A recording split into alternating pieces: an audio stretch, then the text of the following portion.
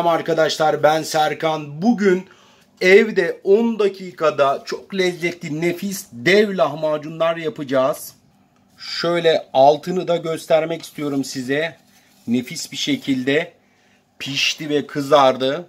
Herkese selam arkadaşlar. Bugün evde 10 dakikada dev lahmacun yaptık. Bakın, lahmacunu artık ikiye böldüm ve çıtır çıtır oldu.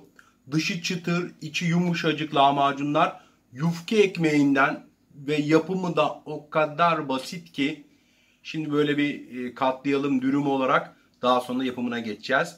Bu arada beğenmeyi, yorum yazmayı, takip etmeyi lütfen unutmayın. Her gün 12'de yeni pratik tariflerle karşınızdayım. Arkadaşlar, kesinlikle kuru olmuyor. Çok yumuşak oluyor. Bakın, şöyle göstermek istiyorum. Görüyor musunuz? Benim yaptığım metotta yaparsanız gerçekten çok çok güzel olacak. Ve kıyması da çok güzel bir şekilde pişti. Şöyle bir de saralım. Of. Görüyor musunuz dostlar?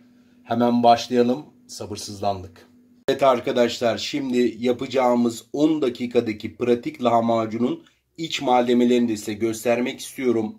2 adet domatesim var, 2 adet köy biberim, 2 adet kapya biberim, 2 adet soğanım, maydanoz, 5-6 diş sarımsak, 1,5 yemek kaşığı kadar domates salçası, tuz, pul biber, tatlı toz biber, karabiberim de var. Ben 12 lahmacun yapacağım. Eğer ki siz diyelim ki 6 lahmacun yapacaksınız, direkt bu malzemenin yarısını kullanın. Yufka ekmeğim de var. Lahmacunları yapacağım. Marketten almış olduğum yufka ekmeği.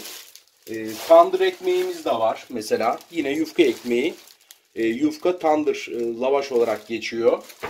İkisini de ben kullanacağım. Gayet de çok güzel oluyor. Dev güzel lahmacunlar yapacağız ve kıymam da orta yağlı bir kıyma arkadaşlar. Yağsız almayın. Yani iç harcınız çünkü lahmacundan dökülmesin. 700 gram kadar da orta yağlı kıyma kullanacağım 12 lahmacun için. Eğer ki siz 6 lahmacun yapacaksanız dediğim gibi bu malzemenin yarısını, yani bir domates, bir biber, bir kırmızı biber, bir soğan kullanın. Hani tuzu 1 tatlı kaşığı koyarsınız. Ben burada 1 tatlı kaşığı ama dolu dolu koydum. Yarım çay kaşığı yine karabiber, 6 lahmacun için diyorum. 1 tatlı kaşığı pul biber. Pul biberi çok sevmiyorsanız daha az, çok seviyorsanız daha fazla da olabilir. Yarım çay kaşığı tatlı toz biber koyacaksınız. 1 yemek kaşığı domates salçası koyarsınız. Bu kadar. Yani yarıyı düşürmüş olacaksınız. Hemen başlıyoruz. Şimdi sarımsaklarımı önce blenderıma alıyorum. Soğanımı ilave ediyorum. Şimdi bir kısmını arkadaşlar blenderdan geçirdim. Şöyle bir borcamıma aldım. Kalan soğan ve sarımsağımı da yine blenderıma, rondoma aldım. İçerisine bir tutam da maydanoz koyuyorum. Şimdi bunu da blenderdan geçireceğim.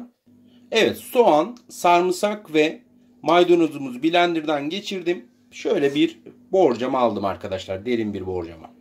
Şimdi arkadaşlar kapya biberlerimi alıyorum. Şöyle 2 adet. Kırmızı kapya biberlerimizi de rondodan geçireceğiz. Ben şimdi böyle aşama aşama gösteriyorum ki arkadaşlar her şeyin net anlaşılsın diye. Yeşil biberlerimi de koyacağım. 2 adet domatesimi de koyacağım. Şimdi bu üçünü de blenderdan geçiriyorum. Evet. Bu karışımımızı da ilave ediyoruz arkadaşlar. Şimdi baharatlarımı da ilave ediyorum. Salçamı da ilave ediyorum. Arkadaşlar biraz da ben kimyon ilave edeceğim. İsteğe bağlıdır bu. Dediğim gibi tüm baharatlarda olduğu gibi. Yarım çay bardağı da sıvı yağ ilave ediyorum. Şimdi arkadaşlar bunu önce çok iyi bir şekilde karıştıracağız. Daha sonra da kıymamı ilave edeceğim. Kıymamla beraber de güzelce yoğuracağım. Şimdi orta yağlı kıymamı da arkadaşlar içerisine koyuyorum. Güzel bir şekilde bunu yoğuracağım. 700 gram orta yağlı kıyma koydum. Şimdi arkadaşlar güzelce karışımımızı yoğuruyoruz. Lahmacun iç harcımızın biraz cıvık olması lazım. Bu özellikle istediğimiz bir şey. güzel, lezzetli bir lahmacun yemek istiyorsanız mutlaka biraz cıvık olmalı. Ola ki evde lahmacun yaptınız ve cıvık olmadı. Biraz su, oda sıcaklığındaki suyu ilave edebilirsiniz. Bunu güzelce yoğurduktan sonra ağzını streçle kapatacağım. Buzdolabında da biraz dinlendireceğim arkadaşlar. İç harcımı da buzdolabımda streçli bir şekilde bu şekilde dinlendirdik. Şimdi bunu açıyorum. Şimdi arkadaşlar iç harcımı ince olacak bir şekilde lahmacunumun, lavaşımın üzerine yayıyorum. İnce bir tabak oluşturacağız. Şimdi böyle koyuyorum. Şimdi bunu her yerine yayacağım arkadaşlar. Evet arkadaşlar, tandır yufka ekmeğimizin üzerine iç harcımızı yaydık. İnce bir tabak halinde yaydık. Fırınımı da 200 derecede önceden ısıttım. Önceden ısıtmış olduğum fırına alt üst modunda fanı açmıyoruz kesinlikle. Alt üst modunda üstü pişene kadar fırınıma vereceğim arkadaşlar. Yaklaşık bir 10 dakika içerisinde pişecektir. Evet arkadaşlar, fırınımı gördüğünüz gibi alt gözüne lahmacunumu koydum. Şimdi 200 derecede üstü pişene kadar devam edeceğim. Şimdi arkadaşlar fırınıma koydum. Ola ki çok büyük olduğunu düşündünüz. Bir tencere kapağı koyun.